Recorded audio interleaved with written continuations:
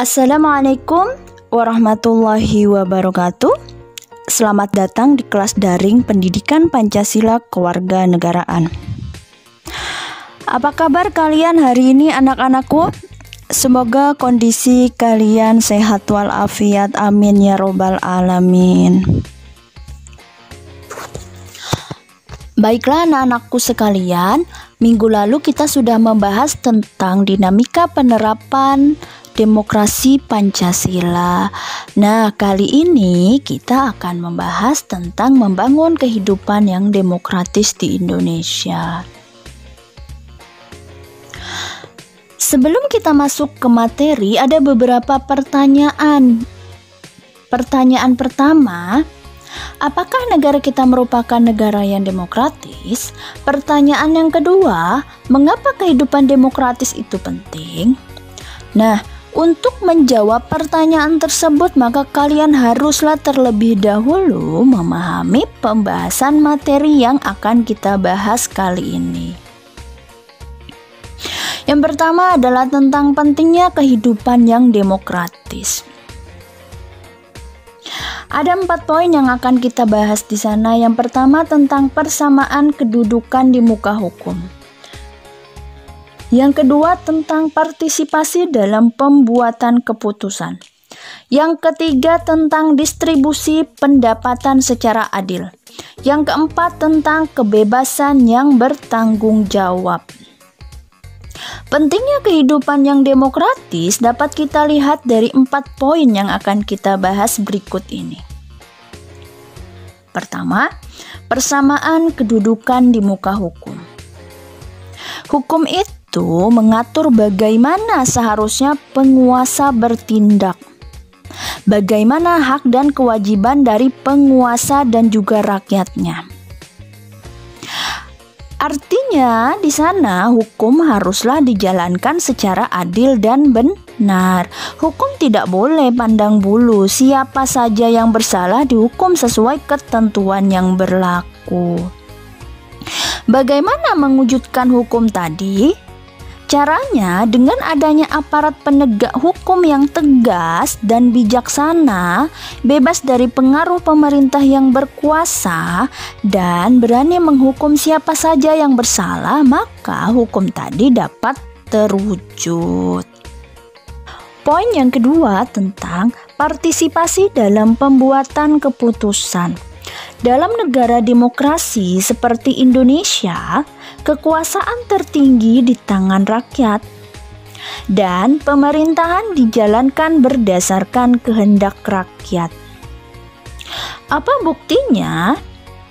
Setiap aspirasi dan kemauan rakyat harus dipenuhi dan pemerintahan dijalankan berdasarkan konstitusi yang merupakan arah dan pedoman dalam melaksanakan hidup bernegara. Para pembuat kebijakan memperhatikan seluruh aspirasi rakyat yang berkembang. Kebijakan yang dikeluarkan harus dapat mewakili berbagai keinginan masyarakat yang beragam. Jadi di sini dijelaskan bahwasanya kebijakan yang dikeluarkan itu wajib harus mewakili keinginan rakyat.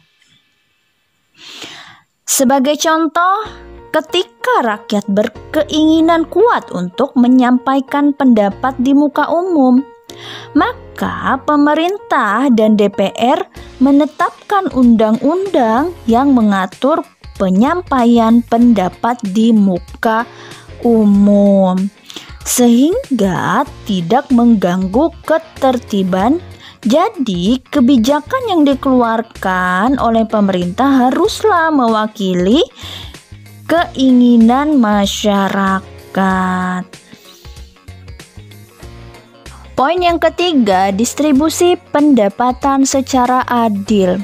Dalam negara demokrasi, semua bidang dijalankan dengan berdasarkan prinsip keadilan, termasuk di dalamnya bidang ekonomi. Semua warga negara berhak memperoleh pendapatan yang layak.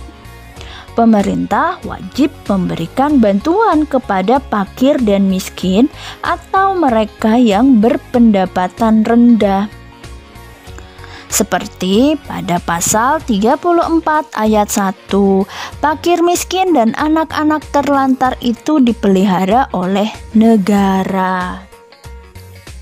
Dan akhir-akhir ini itu pemerintah menjalankan program pemberian bantuan langsung tunai bagi yang terdampak COVID-19. Hal tersebut dilakukan dalam upaya membantu para fakir miskin. Pada kesempatan lain, pemerintah terus giat membagikan kartu prakerja. Nah, apa itu kartu prakerja? Kartu prakerja ini adalah sebuah kartu yang digalangkan dalam program pelatihan dan pembinaan warga negara Indonesia yang belum memiliki keterampilan. Nah, ini adalah sebuah jalan bagi para pendaftar untuk memasuki dunia kerja. Dengan program-program tersebut, diharapkan terjadinya distribusi pendapatan yang adil di antara masyarakat Indonesia. Poin keempat tentang kebebasan yang bertanggung jawab. Dalam sebuah negara yang demokratis, terdapat 4 kebebasan yang sangat penting. Yang pertama adalah kebebasan beragama. Yang kedua, kebebasan pers. Yang ketiga, kebebasan mengeluarkan pendapat. Dan yang terakhir, yang keempat adalah kebebasan berkumpul. Nah, 4 kebebasan ini merupakan hak asasi manusia yang harus dijamin keberadaannya oleh negara. Dengan kata lain, kebebasan yang dikembangkan adalah kebebasan yang tidak tak terbatas.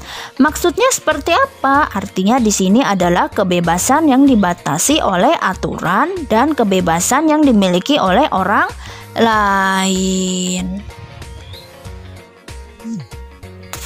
Materi yang kedua tentang perilaku yang mendukung tegaknya nilai-nilai demokratis.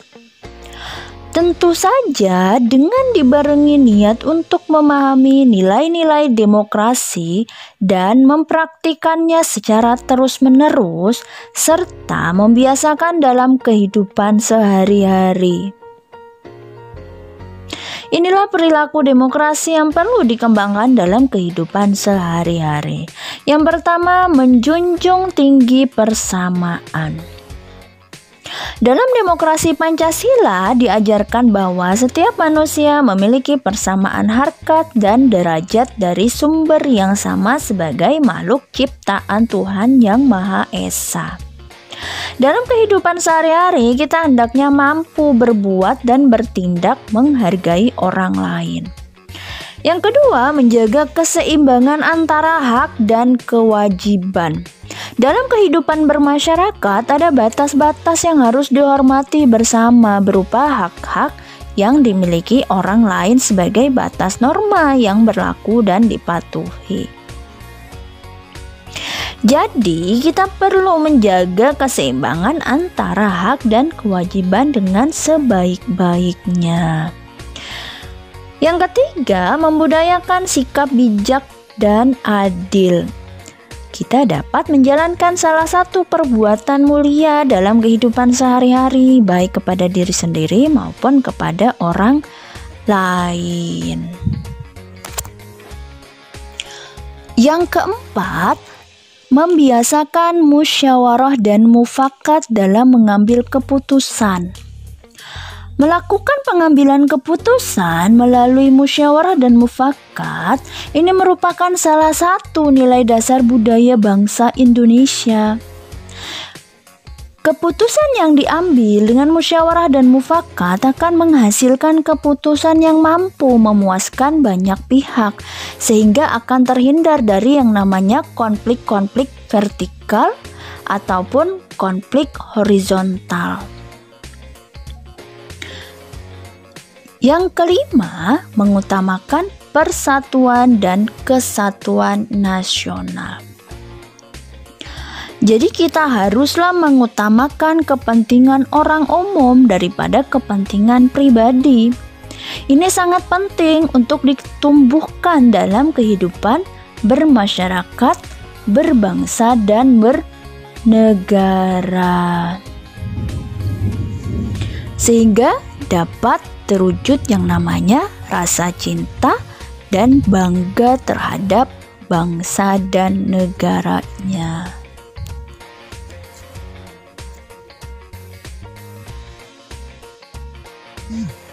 Sebelum kita mengakhiri pembelajaran hari ini, silahkan kalian lihat evaluasi di sini, tolong dikerjakan dengan jawaban yang benar.